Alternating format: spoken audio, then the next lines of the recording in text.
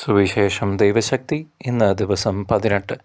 ഇന്നത്തെ വായനയുടെ ഭാഗങ്ങൾ: മത്തായിയുടെ സുവിശേഷം 18-ാം അധ്യായം, യോഹന്നാൻ്റെ സുവിശേഷം 2-ാം അധ്യായം, ലൂക്കായുടെ സുവിശേഷം 18-ാം അധ്യായം. പരിശുദ്ധാത്മാവേ, ഞങ്ങളിൽ വന്നു നിറയണമേ. വിശുദ്ധ മത്തായി എഴുതിയ സുവിശേഷം അധ്യായം 18. സ്വർഗരാജ്യത്തിലെ വലിയവൻ. ശിഷ്യന്മാർ യേശുവിനെ സമീപിച്ച് ചോദിച്ചു, സ്വർഗരാജ്യത്തിൽ വലിയ ആരാണ്? യേശു ഒരു ശിശുവിനെ വിളിച്ച് അവരുടെ മധ്യ നിർത്തിക്കൊണ്ട് അരുളി ചെയ്തു, സത്യമായി ഞാൻ നിങ്ങളോട് പറയുന്നു, നിങ്ങൾ മാനസാന്തരപ്പെട്ട് ശിശുക്കളെ പോലെ ആകുന്നില്ലെങ്കിൽ സ്വർഗരാജ്യത്തിൽ പ്രവേശിക്കുകയില്ല. ഈ ശിശുവിനെ പോലെ സ്വയം ചെറുതാകുന്നവനാണ് സ്വർഗരാജ്യത്തിലെ ഏറ്റവും വലിയവൻ. ഇതുപോലുള്ള ഒരു ശിശുവിനെ എൻ്റെ നാമത്തിൽ സ്വീകരിക്കുന്നവൻ എന്നെ സ്വീകരിക്കുന്നു. ദുഷ്പ്രേരണകൾ. എന്നിൽ വിശ്വസിക്കുന്ന ഈ ചെറിയവരിൽ ഒരുവന് ദുഷ്പ്രേരണ നൽകുന്നവൻ ആരായാലും അവന് കൂടുതൽ നല്ലത് കഴുത്തിൽ ഒരു വലിയ തിരിക്കല്ല് കെട്ടി കടലിൻ്റെ ആഴത്തിൽ താഴ്ത്തപ്പെടുകയായിരിക്കും. പ്രലോഭനങ്ങൾ നിമിത്തം ലോകത്തിന് ദുരിതം. പ്രലോഭനങ്ങൾ ഉണ്ടാകേണ്ടതാണ്, എന്നാൽ പ്രലോഭന ഹേതുവാകുന്നവന് ദുരിതം. നിന്റെ കൈയോ കാലോ നിനക്ക് പാപഹേതുവാകുന്നുവെങ്കിൽ അത് വെട്ടിയെറിഞ്ഞു കളയുക. ഇരു കൈകളും ഇരു കാലുകളും ഉള്ളവനായി നിത്യാഗ്നിയിൽ എറിയപ്പെടുന്നതിനേക്കാൾ നല്ലത് അംഗഹീനനോ മുടന്തനോ ആയി ജീവനിലേക്ക് പ്രവേശിക്കുന്നതാണ്. നിന്റെ കണ്ണ് നിനക്ക് ദുഷ്പ്രേരണയ്ക്ക് കാരണമാകുന്നെങ്കിൽ അത് ചൂഴ്ന്നെടുത്ത് എറിഞ്ഞു കളയുക.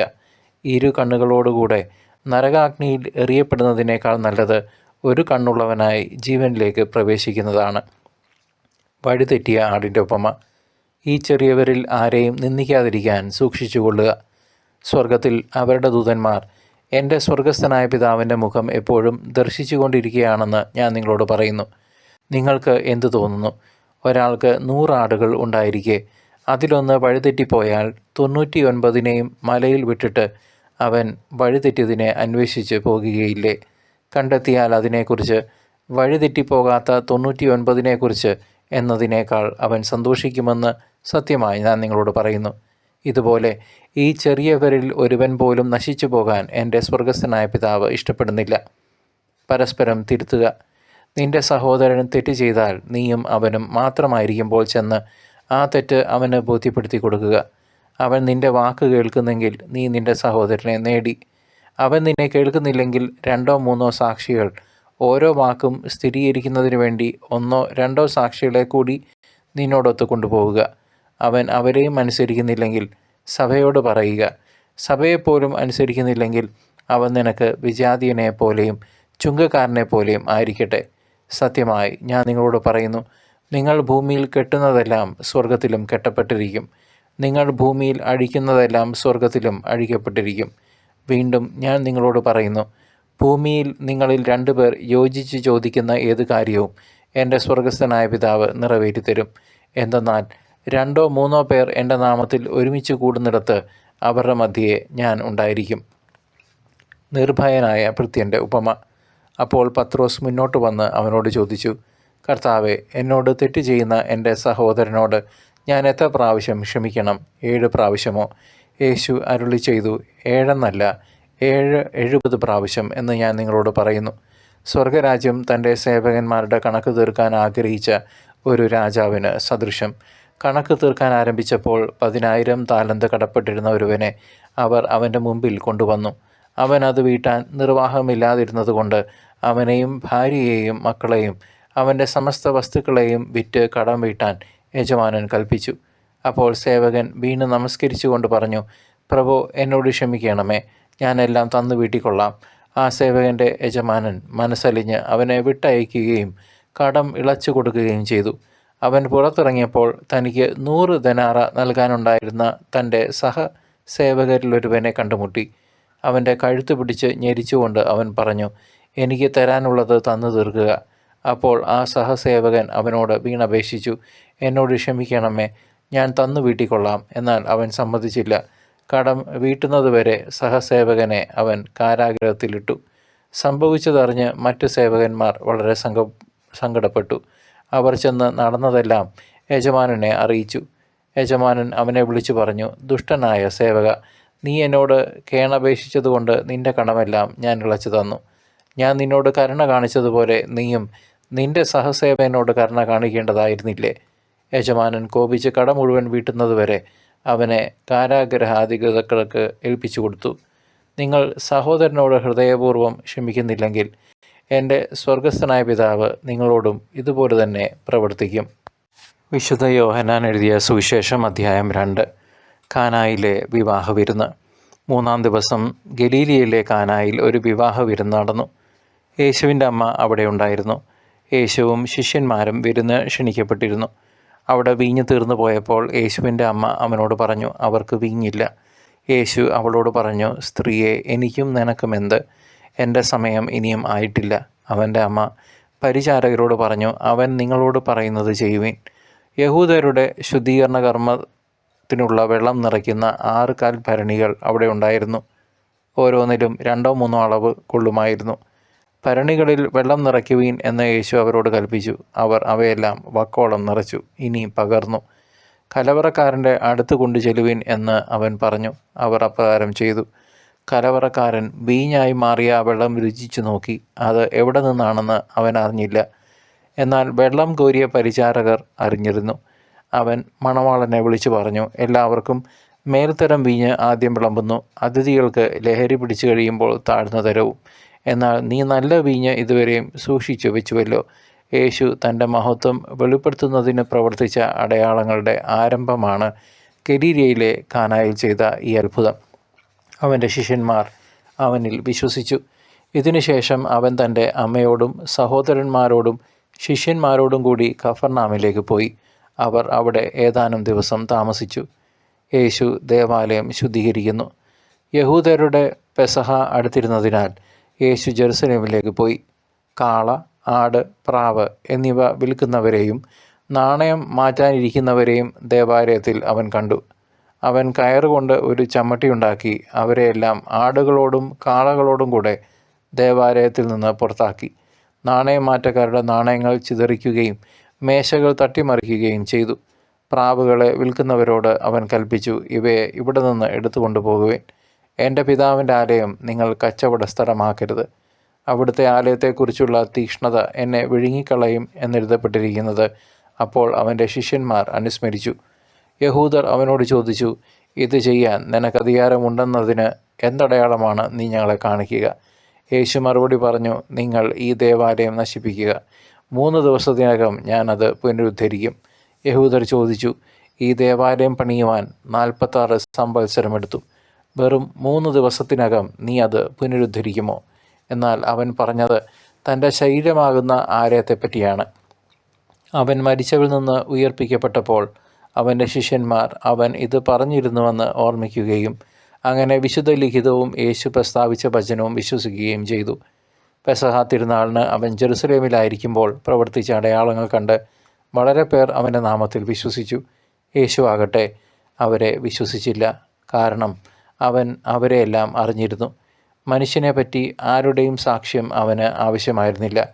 മനുഷ്യനിലുള്ളത് എന്താണെന്ന് അവൻ വ്യക്തമായി അറിഞ്ഞിരുന്നു. വിശുദ്ധ ലൂക്ക എഴുതിയ സുവിശേഷം അധ്യായം 18. ന്യായാധിപനും വിധവയും. ഭഗ്നാശരാകാതെ എപ്പോഴും പ്രാർത്ഥിക്കണം എന്ന് കാണിക്കാൻ യേശു അവരോട് ഒരു ഉപമ പറഞ്ഞു. ദൈവത്തെ ഭയപ്പെടുകയോ മനുഷ്യരെ മാനിക്കുകയോ ചെയ്യാത്ത ഒരു ന്യായാധിപൻ ഒരു പട്ടണത്തിലുണ്ടായിരുന്നു. ആ പട്ടണത്തിൽ ഒരു വിധവയും ഉണ്ടായിരുന്നു. അവൾ വന്ന് അവനോട്, എതിരാളിക്കെതിരെ എനിക്ക് നീതി നടത്തി തരണമേ എന്നപേക്ഷിക്കുമായിരുന്നു. കുറേ നാളത്തേക്ക് അവൻ അത് ഗൗനിച്ചില്ല. പിന്നീട് അവൻ ഇങ്ങനെ ചിന്തിച്ചു, ഞാൻ ദൈവത്തെ ഭയപ്പെടുകയോ മനുഷ്യരെ മാനിക്കുകയോ ചെയ്യുന്നില്ല. എങ്കിലും ഈ വിധവ എന്നെ ശല്യപ്പെടുത്തുന്നത് കൊണ്ട് ഞാൻ അവൾക്ക് നീതി നടത്തി കൊടുക്കും. അല്ലെങ്കിൽ അവൾ കൂടെ വന്ന് എന്നെ അസഹ്യപ്പെടുത്തും. കർത്താവ് പറഞ്ഞു, നീതിരഹിതനായ ആ ന്യായാധിപൻ പറഞ്ഞതെന്തെന്ന് ശ്രദ്ധിക്കുവിൻ. അങ്ങനെയെങ്കിൽ രാവും പകലും തന്നെ വിളിച്ച് കരയുന്ന തൻ്റെ തിരഞ്ഞെടുക്കപ്പെട്ടവർക്ക് ദൈവം നീതി നടത്തി കൊടുക്കുകയില്ലേ? അവിടുന്ന് അതിന് കാലവിളംബം വരുത്തുമോ? അവർക്ക് വേഗം നീതി നടത്തിക്കൊടുക്കും എന്ന് ഞാൻ നിങ്ങളോട് പറയുന്നു. എങ്കിലും മനുഷ്യപുത്രൻ വരുമ്പോൾ ഭൂമിയിൽ വിശ്വാസം കണ്ടെത്തുമോ? ഫരീസേയനും ചുങ്കക്കാരനും. തങ്ങൾ നീതിമാന്മാരാണ് എന്ന ധാരണയിൽ തങ്ങളിൽ തന്നെ ആശ്രയിക്കുകയും മറ്റുള്ളവരെ പുച്ഛിക്കുകയും ചെയ്യുന്നവരോട് അവൻ ഈ ഉപമ പറഞ്ഞു. 2 പേർ പ്രാർത്ഥിക്കാൻ ദേവാലയത്തിലേക്ക് പോയി. ഒരാൾ ഫരിസേയനും മറ്റേയാൾ ചുങ്കക്കാരനും. ഫരിസേയൻ നിന്നുകൊണ്ട് ഇങ്ങനെ പ്രാർത്ഥിച്ചു: ദൈവമേ, ഞാൻ നിനക്ക് നന്ദി പറയുന്നു. എന്തെന്നാൽ ഞാൻ അക്രമികളും നീതിരഹിതരും വ്യഭിചാരികളുമായ മറ്റു മനുഷ്യരെ പോലെയോ ഈ ചുങ്കക്കാരനെ പോലെയോ അല്ല. ഞാൻ ആഴ്ചയിൽ 2 പ്രാവശ്യം ഉപവസിക്കുന്നു.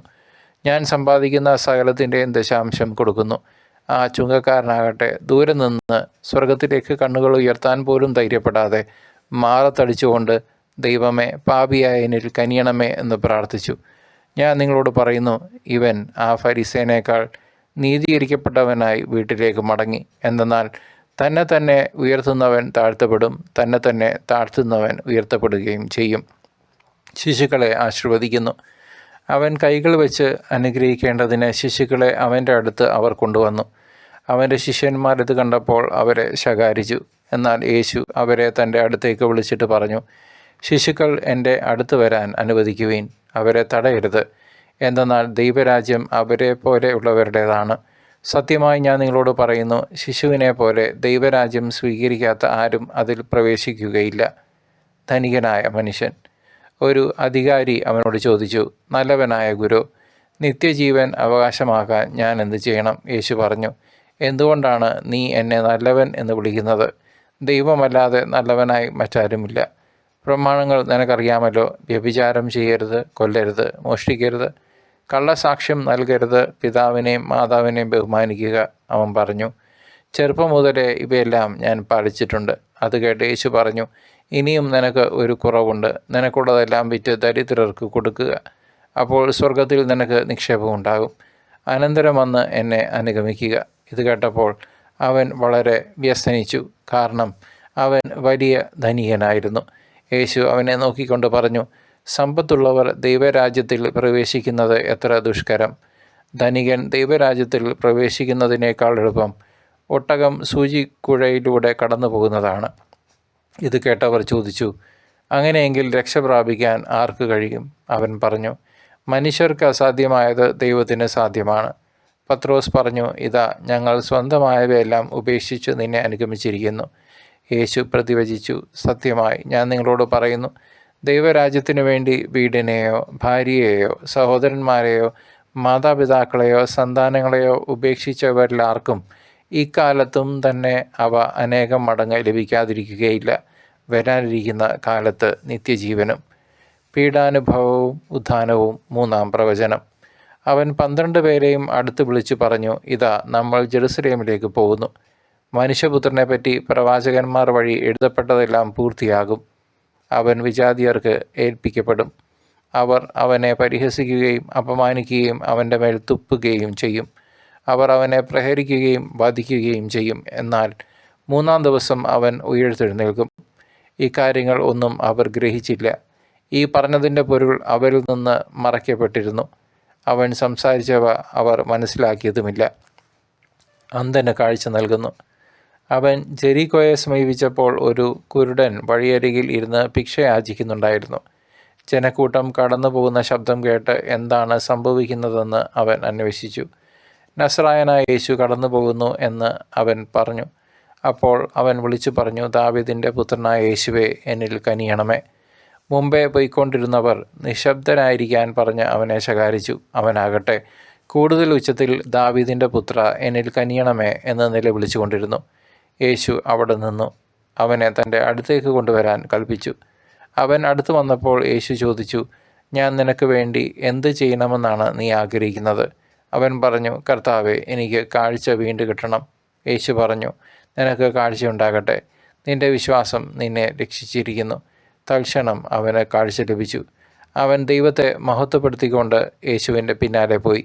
ഇത് കണ്ട് എല്ലാവരും ദൈവത്തെ സ്തുതിച്ചു. പ്രിയ ദൈവജനമേ, വിശുദ്ധ മത്തായിയുടെ 18-ാം അധ്യായത്തിൽ സ്വർഗരാജ്യത്തിൽ വലിയവനാകാൻ ശിശുവിനെ പോലെ വിനീതനാകണമെന്ന് കർത്താവായ യേശു പഠിപ്പിക്കുന്നു. മറ്റുള്ളവർക്ക് ഇടർച്ചയുണ്ടാക്കുന്നതിനെതിരെ കഠിനമായ മുന്നറിയിപ്പും കർത്താവ് നൽകുന്നു.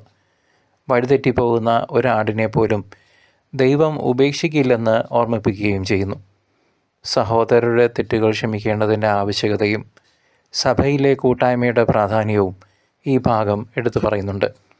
എളിയവരോടുള്ള കരുണയും വിനയവുമാണ് ക്രിസ്തീയ ജീവിതത്തിൻ്റെ അടിസ്ഥാനമെന്ന് നാം ഇവിടെ മനസ്സിലാക്കുന്നു. ദൈവം മുമ്പാകെ നാം നമ്മുടെ അഹങ്കാരം വെടിഞ്ഞ് വിനീതരാകാൻ ഈ വചനഭാഗം നമ്മെ ആഹ്വാനം ചെയ്യുന്നു.